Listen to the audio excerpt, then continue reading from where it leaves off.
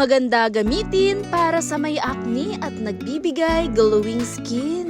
Perfect na perfect for black hands, white hands at nagbibigay kinis. Naglagay lamang ako dito ng 1 tablespoon ng tomato juice at 1 tablespoon ng milk powder.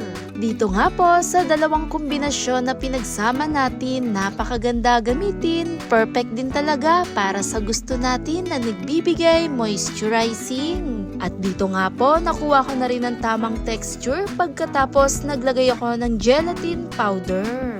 Isa rin to sa katangian, pampaganda sa balat, mayaman sa collagen.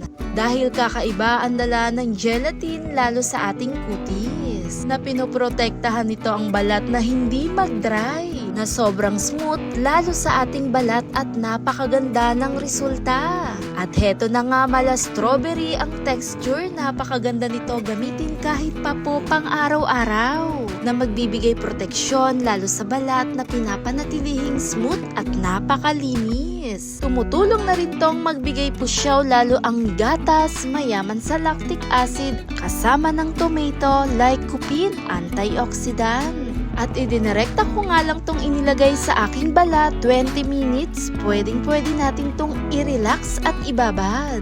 Makikita mo yung resulta pagkatapos gamitin. Sobrang lambot, pusyaw sa kutis at napakaganda ng resulta. Tumutulong magbigay pusyaw gaya na sa mga dark spot. Higit sa lahat, laking tulong din ang dala nito para sa may mga acne na nagbibigay glow lalo sa ating mga balat.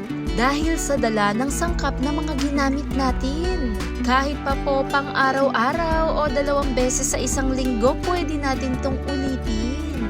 At heto'y nagbibigay proteksyon na rin sa ating mga kutis, panatiling moisture na hindi dry. Thanks for watching guys! Bye!